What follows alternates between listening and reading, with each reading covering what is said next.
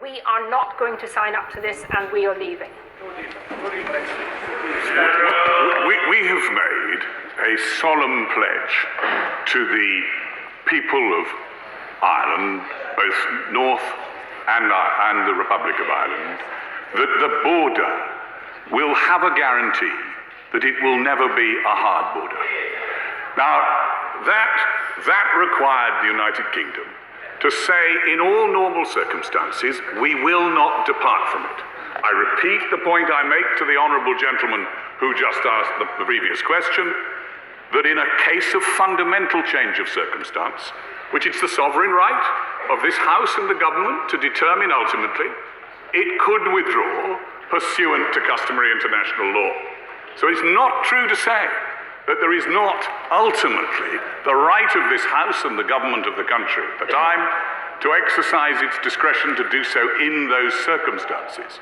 But in every other circumstance, what we were saying to the people of Northern Ireland is, we will ensure that your lives will be able to continue as they do now at that border. I say that was an act that is worthy of this House, worthy of the government, worthy of the British people, and one that is worthy of support.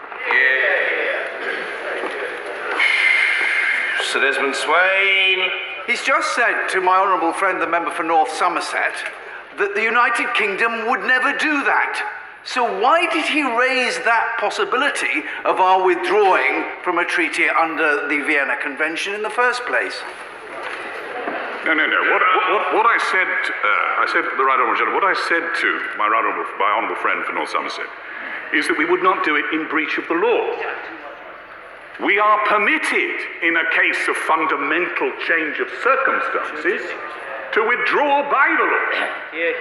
We would, if such a change of circumstance came about, either because of some fundamental political change in Northern Ireland, or some fundamental change of circumstance going to the essential basis of the agreement, then we would have the right to withdraw. But in all normal circumstances, all envisageable and predictable circumstances, particularly while we're negotiating a subsequent agreement to the pace and accelerated timetable that this instrument now requires, we would not do so. And it would be wrong to do so. Wrong because it would be a breach of our obligations. Wrong because this is a law-abiding country. Peter Kyle. Thank you, Mr. Speaker. The Attorney General said that it is highly unlikely through the best endeavours that they cannot reach an agreement. For the last 4 months, the government has been over in Brussels trying to replace the backstop with alternative measures and has come back empty-handed. The negotiations have not delivered despite the best endeavours. Is it not the case that the very situation he describes in 2 years' time as being highly unlikely is the situation we're in right now today? No. We haven't been attempting to secure alternative arrangements now. We've been putting forward the fact that in the future, all those alternative arrangements are likely to exist. And so the European Union has responded by saying we will set up a new special negotiating track. We will negotiate with an increased urgency and to a new timetable, and we will implement them, and they've defined them, customs, procedures and technologies and so on. So it's not right to say that the same situation arises now. These systems will be developed over time, and that is the purpose of the working group that the Union has agreed to set up with this country. Sir Edward Lee. May I thank the Attorney General for being so patient when I've been working on this unilateral declaration for the last 2 months, and may I thank him for including it in the final agreement. But may I ask him a detailed question, because the devil is in the detail. There is no doubt, having worked with academic opinion, that a unilateral declaration is absolutely binding as long as it is deposited at the time the treaty is ratified. And the unilateral declaration makes it clear that there's nothing to stop the UK leaving the backstop if talks break down. But it has to be a unilateral, conditional, interpretative declaration. That is what international law states, because we are only signing and agreeing to this withdrawal agreement on condition, And that's why the word conditional is important. On conditional that if the talks break down, we can exit. So can the Attorney General use now the word conditional to reassure the House? I would need to, may I say straight away first to the right honourable gentleman that I'm extremely grateful for the dialogue we've had. And I will say in no small part was the right honourable gentleman the author of the seeds of this idea, because a lot of the material that he and other, if I may say so, distinguished lawyers have been able to contribute has led to the proposal that we've now adopted. But I say to the right honourable gentleman, the unilateral declaration in this case doesn't need to be, say, conditional, because it is not objected to by the Union. And if it is not objected to, and it is ratified, the withdrawal agreement is ratified by the Union, it becomes binding. Mrs. Ellen Goodman. Mr. Speaker, I'm hoping the Attorney General will be able to respond to me today without any reference to either his underwear or his genitalia. Last week he said, we seek legally binding changes to the backstop that ensure it cannot be indefinite. Today he says the legal risk remains unchanged, and all he's able to offer us is a new work schedule, a sort of glorified to-do list. So if, as he keeps saying, time is of the essence, hasn't the Prime Minister wasted the last 2 months?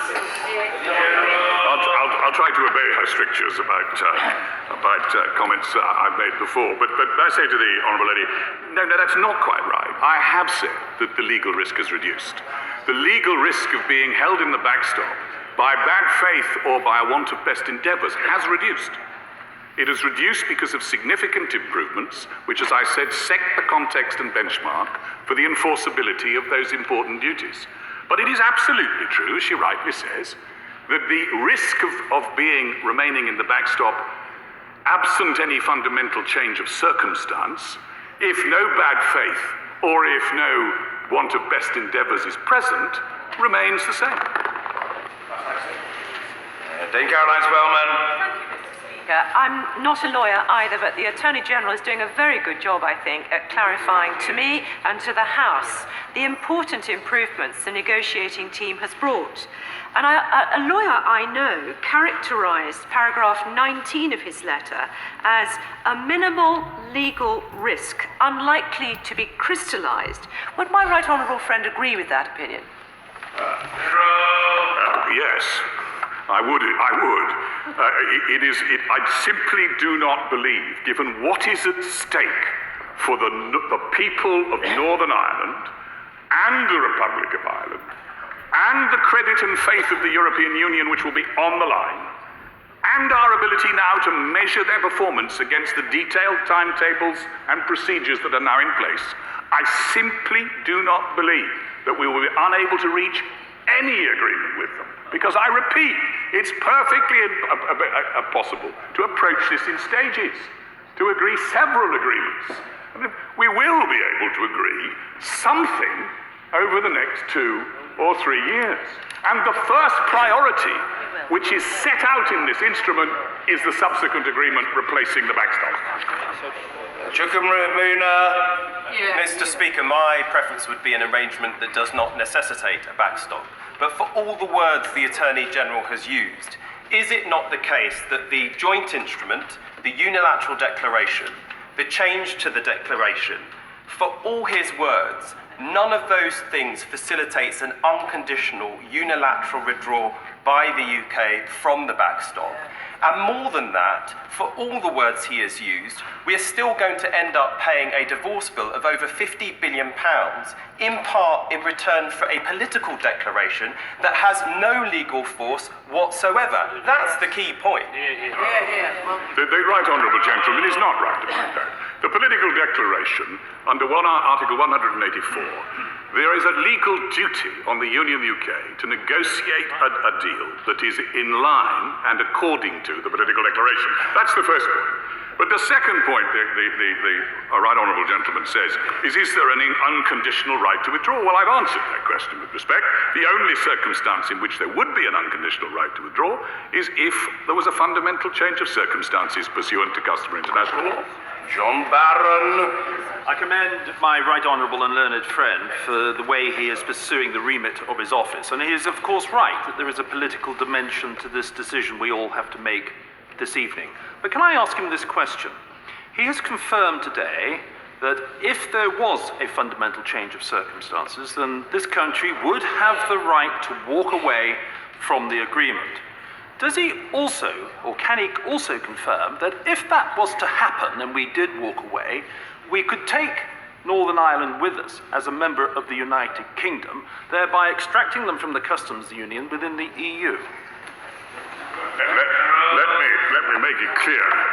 The United Kingdom is the United Kingdom. It includes Northern Ireland. And there is no circumstance in which the government of this country, and certainly not a Conservative government, will ever leave Northern Ireland behind, subject to the obligations under the Belfast Agreement. So let me say, because that has been proposed, as my honourable friend knows.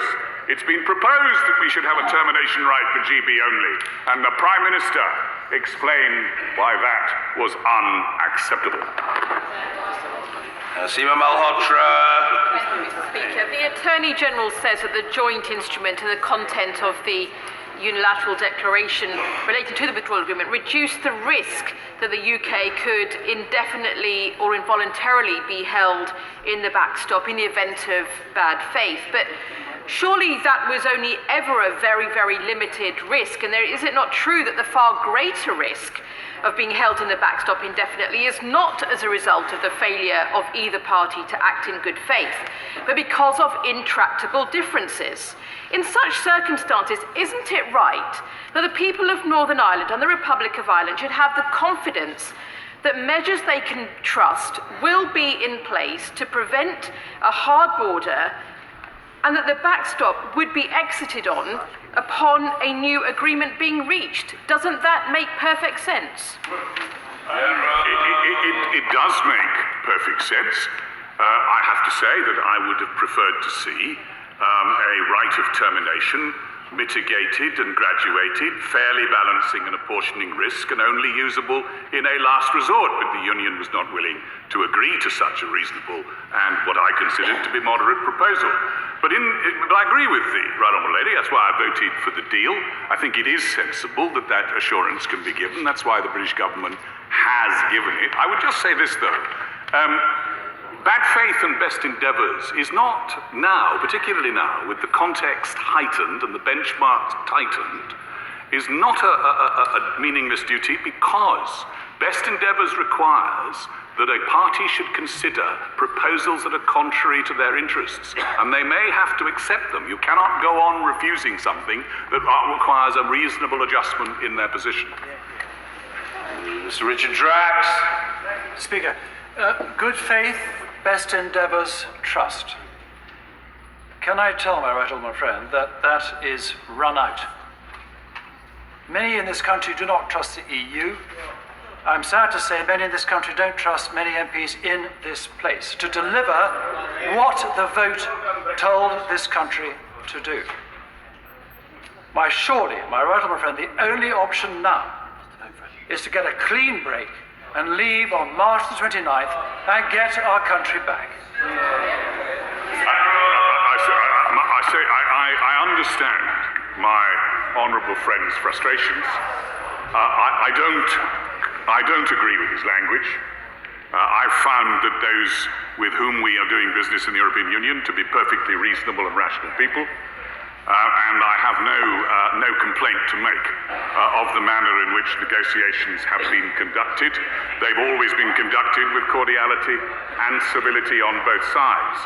So I don't believe that we can't trust, because it is in the interests of the Union itself, them to reach a deal. Tom Brake. Speaker, had he been instructed to demonstrate it's possible to walk away from the backstop by clients at his usual generous commercial rates, would he advise them to save their money? In what case? I'm not convinced that I fully understood the question, perhaps because I did it too much justice and thought it might be a sensible one. The truth is, I doubt I agree with it. Indeed. And Mr. Robert Court. Thank you, Mr. Speaker. May I place on record at the outset that whatever one may think of the issues at stake, the integrity and honesty of the Attorney General is absolutely above question. I commend him for the approach he's taken. Much of this agreement requires bad faith, or requires consideration of the concepts of bad faith. Could the Attorney General please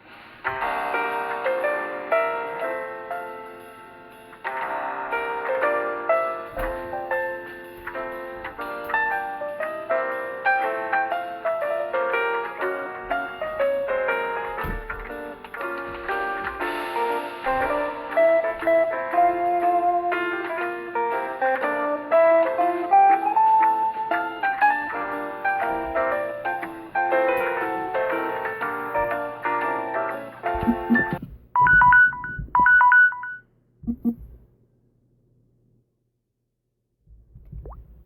vote Labour, for instance, this would be National Party spend under the people.